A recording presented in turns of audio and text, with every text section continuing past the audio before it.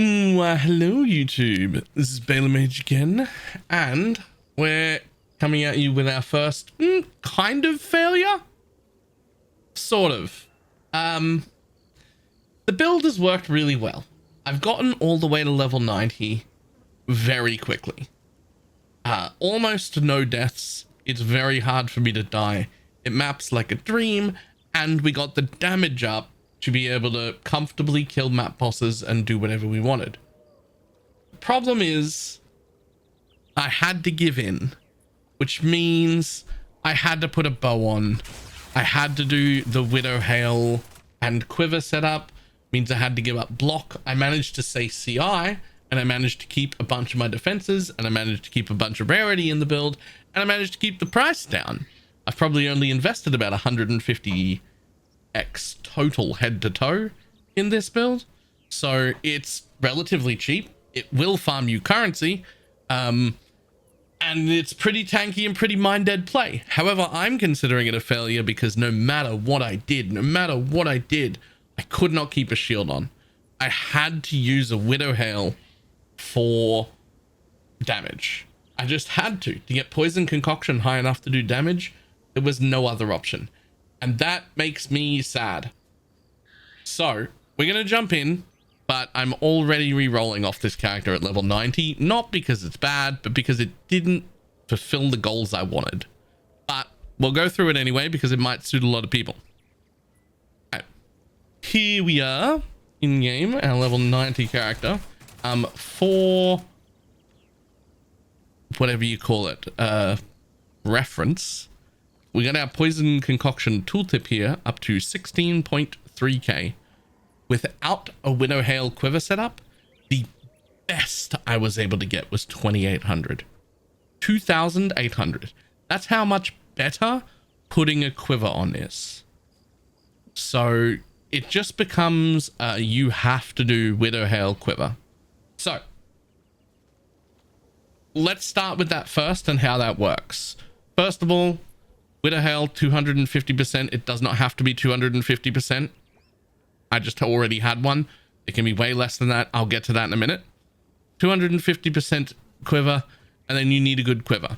Stats we're looking for in a quiver: mandatory, must have, +2 level of all projectile skills, as much percentage damage with bow skills as you can get, and then some dex. We're going to be very stat starved, so you need those 3. Bonus if you get attack speed. That's basically it. Accuracy is nice. I think I need accuracy. I'm actually not sure because the bottles explode on the floor, but I've been assuming I need accuracy. So between that 250 there and this 50% right here, that's 300%, and that's all I've done so far. However, there are 2 15% nodes here. So if a absolutely perfect Widowhail is expensive, drop your minimum roll by 15%, take one of these nodes, same amount. Drop it by another 15%, take both of these nodes, same amount. That's obviously the minimum. You can scale this much higher by getting a corrupted one, where you could get these nodes as well as a corrupt. You can also get them on jewels. You can get rolls like that everywhere. There are plenty of other YouTube videos around that scale this skill even further than I have, and this kind of build can have pinnacle boss DPS levels very comfortably. The big important things for my version is that we've done things a little bit different. Every one of them is a life or life energy shield hybrid build. I think that's troll. I think anyone who can be anywhere near this corner should be CI. It's that much stronger right now. And you might be thinking, but 4.2k energy shield's really not that much. It's not, but you lose nothing. Because what you would normally lose is the ability to life flask. This node says life recovery from flask apply to energy shield. This node says life maximum life becomes 1, immune to chaos damage. There's just like, if you can just get even 1,000 more energy shield than you have life, it's suddenly better to be CI if you're around here. So we had to redo our pathing a bit when we gave up block. I am still using heavy ammunition here, which is technically a reduced attack speed, but since I'm a poison build and it only takes 2 throws of my flask, it's not that big of a deal for me, but it is a little bit slow. I would love to have an attack speed roll on my quiver, because that would, while not really increasing my DPS, it would make the build feel a lot smoother. But we did that. I had to give up this movement speed here because I wanted too much percentage increased damage, but with the clear being what it is, it's still fantastic. We are headed in here right now, which is damaging ailments faster. The Mobalytics will have this little bit filled out because it's obvious that's the next 2 points I'm getting. And then after that, I will get these for even more damage. Not important. All of my jewels are actually increased area of effect of curses, maximum energy shield, and duration of damaging ailments. Basically, all my jewels are that. They're up here. There's one dead roll there that we don't care about. There's another one up here. There's another one down here. The point of these is that I get to run a double blasphemy. I am still running Despair and Temp Chains, both with Ritualistic Curse, which gives them 50% increase AoE as well. And if I got myself just a tiny bit more spirit, I would be able to put the increased effective curse gem in here, which I could easily get a tiny bit more spirit, a slightly better chest, or a spirit roll on my amulet. We would have the double blasphemy here. The double blasphemy is absolutely amazing. We strip away res in a huge area now that I'm scaling the area like that, and then slow all the mobs down. So that's fantastic. We did have to move Wither off to Rain of Arrows. Rain of Arrows I put with Inspiration because it costs quite a little mana. It also is important to know that I got the lowest level Rain of Arrows possible, which is level 9, because I'm getting plus 10 levels to it.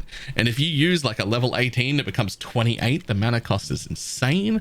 We don't care about it doing damage. It is just for Wither. So it's got Wither and Blind just because I had an extra socket, and Inspiration to help with the mana cost. For anyone who doesn't know, Wither works slightly different here. You actually need to deal chaos damage to be able to Wither. That's handled by this node right here. Gain 11% of damage as extra chaos. So that's how we can Wither now. I'm not even running Dark Effigy anymore. It doesn't need to be there anymore. I could not afford Wind Dancer. I do have to decide between whether I wanted Evasion or Grim Feast. Grim Feast just wins. It doubles your energy shield. I'm running around with 8.4k all the time. So that's great. Decompose is still my main map clear. I didn't even bother to put a socket in here. It is absolutely gross. I've been using Bursting Plague, Persistence, Controlled Destruction, and Magnified Effect just to have it stick around in the largest area possible. It still clears absolutely everything if there are corpses around. And then our poison concoction for single target ends up being Scattershot, Deadly Poison, Comorbidity, Chaos Infusion, and Chaos Mastery. Now, I'll have all the gem setups in the Mobalytics. I'll have the tree in the Mobalytics. It is worth noting, I have stopped scaling this, which is why the damage numbers stop here. But if you take my tree and my set of defenses and you look at some other some other poison concoction builds and see how they've furthered the scaling from here, we can double or triple this number. This becomes Pinnacle Boss capable. The only reason I'm abandoning it is because it didn't do the thing I wanted to do. I wanted to do this without wearing a Widowhail, I just couldn't get it working. So I've given up and moved on to the next build. So it's my failure, but the build is not a failure. All right. That is all I have for that. Link for the build will be in the description. We are re-rolling immediately. It's time to make a monk. We're jumping on the monk train. Everybody seems to want to play a monk, so it's monk time. All right. That is all I have. Goodbye.